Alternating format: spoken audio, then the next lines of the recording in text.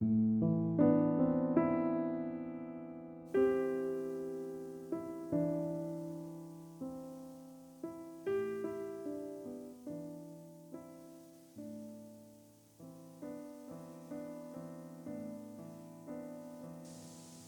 दोस्तों, स्वागत है अभिव्यक्ति में। पिछले लगभग 10 सालों से मैं हिंदी किताबें पढ़ रहा हूँ और इस साहित्य से प्यार हो गया है। शिवानी, अज्ञे, धर्मवीर भारती, मनोहर श्याम जोशी, हिमांशु जोशी, निर्मल वर्मा, मोहन राकेश, भगवती चरण वर्मा जैसे लेखकों को पढ़ने के बाद मैं हिंदी साहित्य की गहराइयों में और भी खो गया हूँ। अभिव्यक्ति मेरे लिए एक कोशिश है इन अनमोल रचनाओं को सहेज कर रखने की, ताकि जब शायद बेटी वेदांशी गुनगुन इस दुनिया को खोजना चाहे तो उसके पास कुछ निशानियां हो जिनका वो पीछा कर सके। आज की कड़ी में मैं आपसे बात करने वाला हूं राही मासूम रजा के उपन्यास टोपी शुक्ला की। यह समाज और सांप्रदायिकता पर एक तीखा व्यंग है और अंत में मैं इस उपन्यास के कुछ अंश आपके साथ साझा करूंगा, तो बने रहिए मेरे साथ। टोपी शुक्ला, समाज पर तीखा व्यंग। आज मैं आपसे एक ऐसे उपन्यास की बात करना चाहता हूं जो भले ही ज्यादा चर्चा में ना रहा हो, लेकिन उसकी गहराई और सामयिकता बेहद जरूरी है। यह उपन्यास है राही मासूम रजा का टोपी शुक्ला। अभी कुछ समय पहले ही मैंने नीम का पेड़, उसकी बूंद और फिर टोपी शुक्ला पढ़ा, और सच कहूं तो मैं खुद हैरान हूं कि मैंने रजा साहब की लेखनी को इतने समय तक कैसे नजरअंदाज किया। उनकी रचनाओं में जो गहराई और समाज पर तीखा व्यंग है वो अब मेरे लिए खुलकर सामने आया है। शायद मैंने ये थोड़ा देर से किया, लेकिन अब जब मैंने उनके उपन्यास पढ़े हैं मैं समझता हूं कि उनका साहित्य आज भी उतना प्रासंगिक है जितना पहले था। टोपी शुक्ला की कहानी सिर्फ टोपी और इफ़न की नहीं है।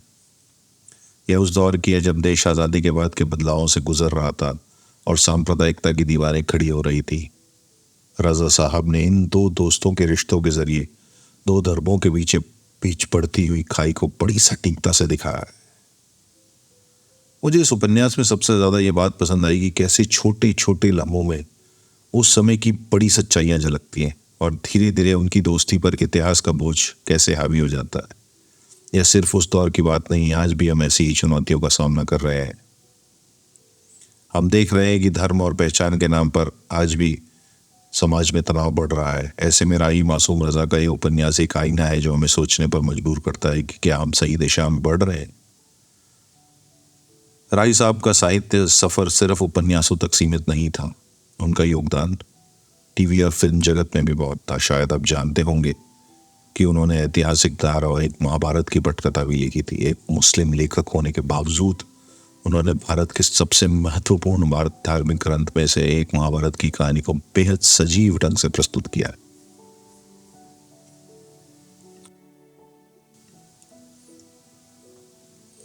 उन्होंने महाभारत में समय का कॉन्सेप्ट भी दिया, जो उस धारावाहिक की सबसे यादगार और अनोखी बात थी। जब समय की आवाज सुनाई देती थी तो पूरा देश ठहर जाता था।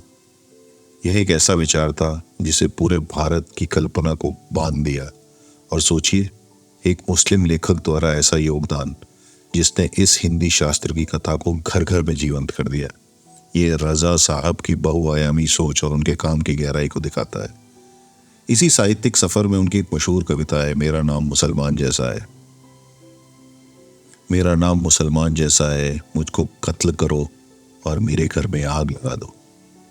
ये पंक्तियां उनके अंदर के उस दर्द और समाज की जटिलताओं को दिखाती हैं। रजा साहब की हर रचना में यही सच्चाई और गहराई मिलती है जो उनके साहित्यिक कद को ऊंचा बनाती है।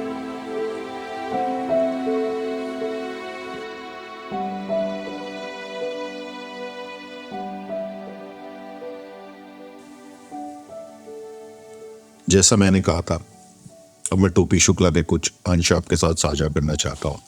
शुरुआत करेंगे भूमिका से, जहाँ रजा साहब ने बहुत ही सादगी से इस उपन्यास की नींव रखी है। तो आइए सुनते हैं टोपी शुक्ला की भूमिका। मुझे यह उपन्यास लिखकर कोई खुशी नहीं हुई, क्योंकि आत्महत्या सभ्यता की हार है। परंतु टोपी के सामने कोई और रास्ता नहीं था। यह टोपी मैं भी हूँ और मेरे ही जैसे और बहुत से लोग भी हैं। हम लोगों में और टोपी में केवल एक अंतर है, हम लोग कहीं ना कहीं किसी न किसी अवसर पर कॉम्प्रोमाइज़ कर लेते हैं और इसीलिए हम लोग भी जी भी रहे हैं। टोपी कोई देवता या पैगंबर नहीं था, किंतु उसने कॉम्प्रोमाइज़ नहीं किया और इसीलिए उसने आत्महत्या कर ली। परंतु आधा गांव ही की तरह यह किसी आदमी या कई आदमियों की कहानी नहीं है, यह कहानी भी समय की है। इस कहानी का हीरो भी समय है। समय के सिवा कोई इस लायक नहीं होता कि उसे किसी कहानी का हीरो बनाया जाए। आधा गांव में बेशुमार गालियां थी। मौलाना टोपी शुक्ला में एक भी गाली नहीं है, परंतु शायद यह पूरा उपन्यास एक गंदी गाली है और मैं यह गाली डंके की चोट पर बक रहा हूं। यह उपन्यास अश्लील है, जीवन की तरह। राही मासूम रजा।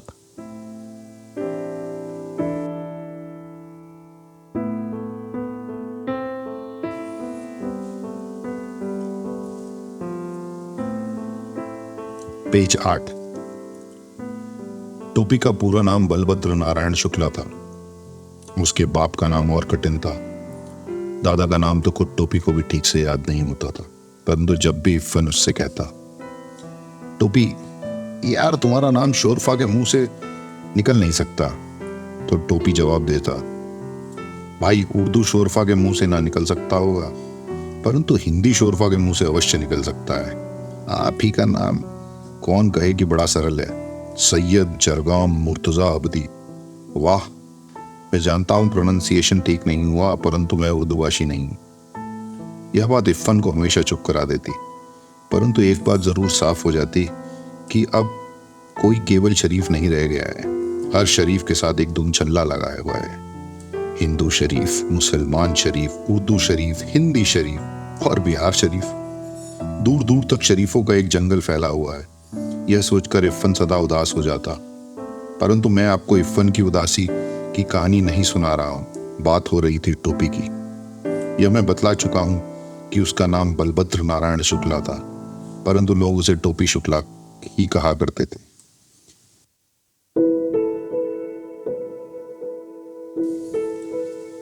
पेज 56। टोपी दूसरा लड़का था। वह डांट सुनने, मुन्नी बाबू की उतरन पहनने और भैरव की जिद पर चुप रहने का आदी हो चुका था। अलीगढ़ में उसे कोई डांटने वाला नहीं था।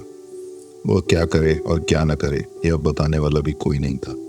इसलिए कई लोगों और फिर बहुत से लोगों से दोस्ती हो जाने के बाद भी वह अपने आप को अकेला ही पाता रहा। यह हालत बहुत संगीन थी। यही कारण है कि जब इफ़न से मुलाकात हुई तो वह जी उठा। और जब पहली ही मुलाकात में सकीना ने उसे डांट पिला दी तो 2 बरस की प्यास बुझ गई। वह अपना सारा समय इफ़न ही के घर गुजारने लगा। इफ़न होता या ना होता वह आ जाता। इफ़न की किताबें उलटता पलटता, सकीना की डांटें सुनता, 5 बरस की शबनम को हिंदी पढ़ाने की कोशिश करता और इस पर सकीना की डांटें सुनता। इफ़न के यहाँ उसका आना जाना इतना बड़ा कि शमशाद मार्केट, स्टाफ क्लब और कैफे डी फूस और कैफे डी अलफ लैला में इसकी बातें होने लगी। यूनिवर्सिटी एक छोटी सी बस्ती है, शहर से अलग थलग। यूनिवर्सिटी में बहुत से लोग ये तक भूल जाते हैं कि मुसलमानों का बहुमत पाकिस्तान में है, कठपुले के पार हिंदुस्तान है, कठपुले के इधर यूनिवर्सिटी। इसलिए लोग एक दूसरे की टोह में लगे रहते हैं। किसकी बीवी किसे देखकर मुस्कुराती है, कौन लड़का आजकल किस किस लड़की पर आशिक है और किस किस पर आशिक होने वाला है। Sex, frustration, fanaticism.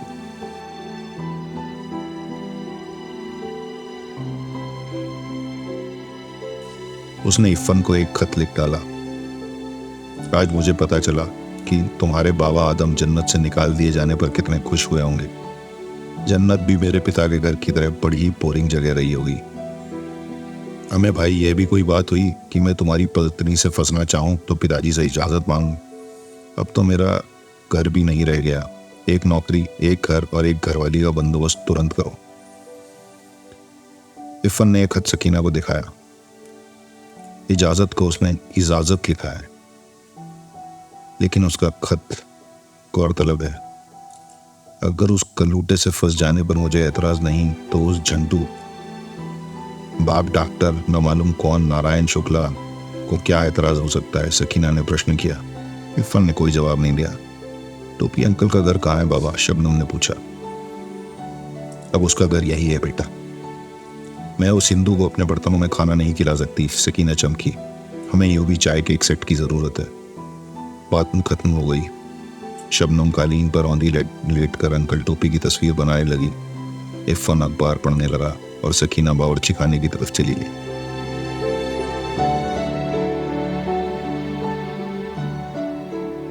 बाजार बंद हो गए, कानाफूसी होने लगी, लोग जल्दी जल्दी घर जाने लगे। बलवा हो गया। फिर बलवा सारे पश्चिमी यूपी में फैल गया। मेरठ, शाहजहांपुर, बरेली, हाथरस, खुर्जा। लाशें लाशें लाशें। लाश, यह शब्द कितना घिनौना है। आदमी अपनी मौत से अपने घर में अपने बाल बच्चों के सामने मरता है, तब भी बिना आत्मा के उस बदन को लाश ही कहते हैं। और आदमी सड़क पर किसी बलवाई के हाथों मारा जाता है, तब भी बिना आत्मा के उस बदन को लाश ही कहते हैं। भाषा कितनी गरीब होती है। शब्दों का कैसा जबरदस्त काल है। कितनी शर्म की बात है कि हम घर पर मरने वाले और बलवे में मारे जाने वालों में फर्क नहीं कर सकते, जबकि घर पर केवल एक व्यक्ति मरता है और बलवाइयों के हाथों परंपरा मरती है, सभ्यता मरती है, इतिहास मरता है। कबीर की, राम की बहुरिया मरती है, जायसी की पद्मावती मरती है, कुतुबन की मृगावती मरती है, सूर की राधा मरती है, वारिस की हीर मरती है, तुलसी के राम मरते हैं, अनीस के हुसैन मरते हैं। कोई लाशों के इस अंबार को नहीं देखता। हम लाशें गिनते हैं, 7 आदमी मरे, 14 दुकानें लूटी, 10 घरों में आग लगा दी गई। जैसे कि घर, दुकान और आदमी केवल शब्द हैं जिन्हें शब्दकोशों से निकालकर वातावरण में मंडराने के लिए छोड़ दिया गया हो।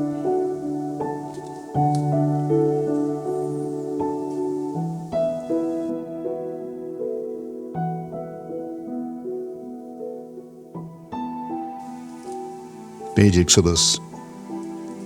टोपी की तरफ से सलीमा का दिल भी साफ हो चुका था, इसलिए वह टोपी के साथ देखी जाने लगी। मुल्लों में खलबली बढ़ गई। लोकल स्कैंडल शीट में टोपी और सलीमा के नाम साथ साथ छपने लगे। एक चीथड़े में तो यहाँ तक छप गया कि टोपी और सलीमा ने चुपके से शादी कर ली। यह बात बिल्कुल गलत है, क्योंकि यदि ऐसा रहा होता तो टोपी ने बनारस स्टेशन के वेटिंग रूम में बैठकर सलीमा को वो खत ना लिखा होता जिसे लिखने के बाद उसने फाड़ डाला था। यहाँ से 2 कैंप बन जाते हैं। एक का कहना था कि सलीमा बहुत बहादुर लड़की थी, जो इन बातों के बाद भी टोपी के साथ देखी जाने लगी। कथाकार इसी कैंप में था। और दूसरे कैंप का कहना था कि वह केवल अपने थीसिस में इंटरेस्टेड है।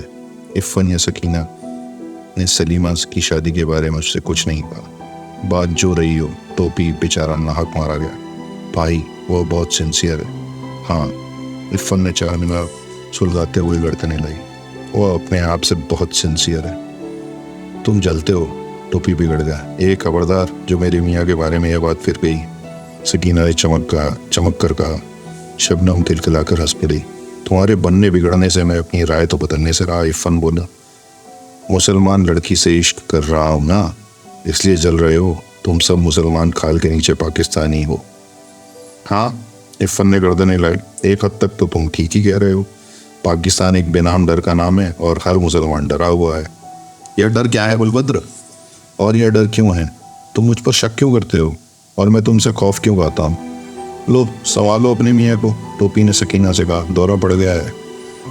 नहीं, वाकई बलबद्र, इरफान ने कहा। इतने बड़े मुल्क में इन 2 लफ्जों ने डाकुओं की तरह पकड़ रखा है, और ये दोनों डाकू रैंसम मांग रहे हैं। डर, शक, मुसलमान, हिंदू, काले गोरे। घर में सन्नाटा हो गया।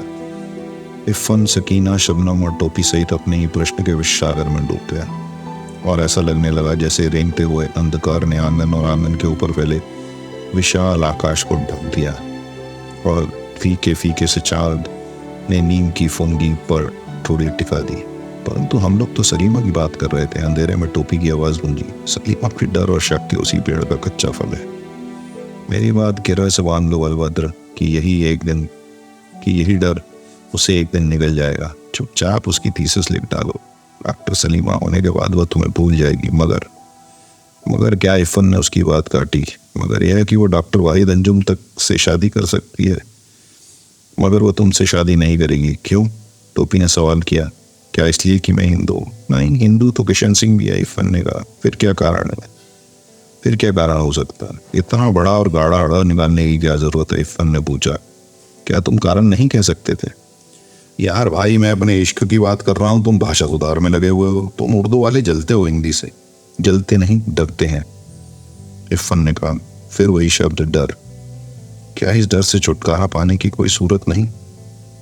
मैं ही हिंदी हूँ, मैं ही उर्दू हूँ, तो क्या मैं अपने आप से भी डरने लगा हूँ? मेरा एक रूप एक लिपि नहीं जानता, इसलिए वह दूसरी लिपि से डरता है। भाषा की लड़ाई दरअसल नफे नुकसान की लड़ाई है। सवाल भाषा का नहीं, सवाल है नौकरी का। नौकरी, नौकरी ये शब्द भी कहाँ कहाँ मिल जाता है। जो एक लिपि जानता है वो महफूज है, जो एक लिपि नहीं जानता वो डरा हुआ है। मेरे दोनों रूप भाषा जानते हैं, परंतु रोशनाई की लकीर ने हमें बांट रखा है। नौकरी, यह शब्द हमारी आत्मा के माथे पर खून से लिखा हुआ है। यह शब्द खून बनकर हमारी रगों में दौड़ रहा है। यह शब्द ख्वाब बनकर हमारी नींद की हतक कर रहा है। हमारी आत्मा नौकरी के खूंटे से बंधी हुई लिपि की नाद में चारा खा रही है। सवाल हिंदी उर्दू या हिंदू मुसलमान का नहीं है, बलभद्र, इरफान ने कहा। सवाल है नौकरी का। अब लड़कियां लड़कों से शादी नहीं करती, लड़के तो सिर्फ इश्क करने के लिए होते हैं। शादी तो नौकरी से की जाती है। प्यार अब तनख्वाह के गज से नापा जाता है और सोशल पोजीशन की तराजू में तोला जाता है। तुम सलीमा की बात कर रहे हो? अरे तुमसे कोई लड़की शादी नहीं करेगी। टोपी उस रात बहुत उदास हो उठा। सलीमा की थीसिस वो लिख चुका था और अब वह सलीमा से अपने दिल की बात कहना चाहता था, परंतु यदि इरफान सच कह रहा हो तो। जो वह दिल की बात सुनकर हंस पड़ी। तो फिर एक दिन जब सलीमा ने अपनी थीसिस सबमिट किया तो टोपी ने कहा, चलो आज पिलवाओ। अभी तो जरा मैं मुमताज आपा से मिलने जा रही हूँ, सलीमा बोली। एक जगह खाली हुई है।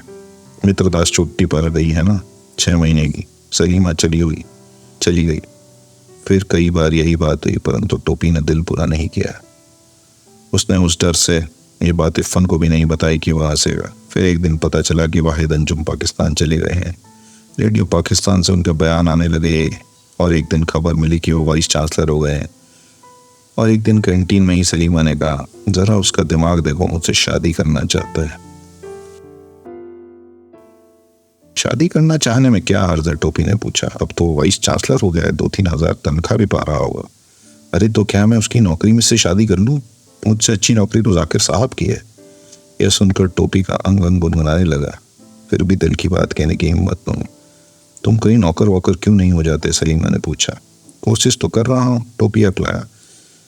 कहीं हिंदू होने की वजह से नहीं मिलती और कहीं मुसलमान होने की वजह से। मगर ऐसा कब तक चलेगा? हाँ, टोपी बोला, ऐसे तो काम नहीं चल सकता। यह उसी दिन की बात है जिस रात वो कल्लन को चुनाव लड़ाने बनारस गया था। वो बनारस से लौटा तो पता चला कि सलीमा की शादी वालिद अंजुम की नौकरी से हो गई। वो बनारस से 100-200 बरस के बाद नहीं लौटा। केवल 5 दिन में एक कहानी एक शॉर्टकट से होती हुई अपनी मंजिल पर पहुंच गई। 18 पेज 114। वाजिद खान टोपी को देखकर मुस्कुरा दिए। जवाब में टोपी रुआसा हो गया। उसने खासकर थूकने के बहाने मुंह फेर लिया। सामने लॉन था जो मैली चांदी से लथपथ था। रुमाल से मुंह और आंखों को पूछता वो कैंटीन में दाखिल हुआ। जज्बी की कंजी चांद में एक बल्ब अपना मुंह देख रहा था। हेलो भाई, टोपी ने कहा, आओ। वाजिद यह कहकर फिर जज्बी से मुखातिब हो गए। तो मैं ये कह रहा था जज्बी साहब, गालिब की शायरी में जो मीठा मीठा दर्द है, उसी दर्द में उनकी शायरी की बड़ाई है। आदाब, टोपी ने जज्बी साहब से कहा। कहिए जनाब, क्या हाल है? जज्बी ने अपने घिसे घिसे से गंदे दांत निकाल कर कहा, आपके इरफान भाई गए? इरफान नहीं जज्बी साहब, इरफान। टोपी बोला, वो मेरा दोस्त था, मैं उसका नाम बना या बिगाड़ सकता हूँ, आप नहीं। और वाजिद खां की तरफ मुड़ गया। यार वाजिद भाई, तुम गालिब पर भाषण दो। धीरे धीरे शाम के तमाम बैठने वाले आए, इधर उधर की बातें शुरू हो गई, परंतु टोपी की तन्हाई न मिटी। और बातचीत लतीफ़ों और कहकाओं में सागर में सन्नाटे की चट्टान की तरह चुपचाप खड़ा लहरों के तपेड़े खाता रहा। फिर भी सब दारा सिंह की कोई फिल्म देखने चले गए। वक्त किसी न किसी तरह कट ही गया, परंतु टोपी को फिर उसी घर में वापस आना था। वह क्या करता? उसी घर में चला गया और अपने लिहाफ में दुबक कर जागता रहा। न जाने क्यों बहुत दिनों बाद उसे इरफान की दादी की याद आने लगी।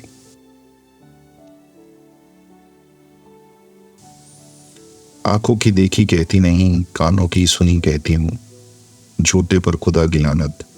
कहते हैं एक जमाने में एक तो बादशाह रहा, उसके साथ बेटियां रही। एक दिन जो वो चला सफर पर तो अपनी बेटियन को पास बुला के पूछिस।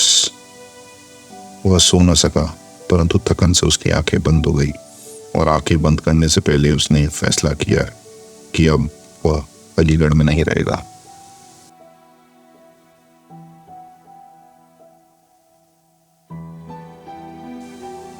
फिर एक दिन सुबह को एक्सप्रेस खत बांटने वाला डाकिया आया। उसने घंटी बजाई। काफी देर बाद टोपी ने दरवाजा खोला। लिफाफे को उसने देखा और दरवाजा फिर बंद कर दिया। थोड़ी देर बाद डाकिया आया। उसने एक लिफाफा दरवाजे की झर्री के अंदर डाल दिया। थोड़ी देर बाद बंगन आई। वह घंटी बजाती रही परंतु दरवाजा नहीं खुला। फिर धोबी आया, घंटी बजाकर वह भी चला गया। शाम होते होते पुलिस आ गई।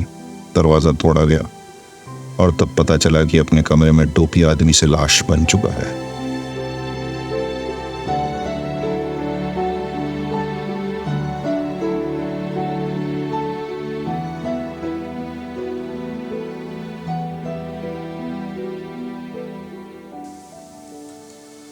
तो ये था आप सबके लिए टोपी शुक्ला। अगर आपको आज की यह बातचीत अच्छी लगी हो तो अगली बार फिर से मिलेंगे। अगली बार हम किसी और किताब, कविता या लेखक को उठाएंगे और एक नए सफ़र पर चलेंगे जहां हम इसी तरह उसकी गहराइयों में उतरेंगे। यह तो बस शुरुआत है। अभिव्यक्ति में हम साथ मिलकर शब्दों की अभिव्यक्ति से भावनाओं के संसार में डूबेंगे। बने रहिए हमारे साथ इस सफ़र में। धन्यवाद।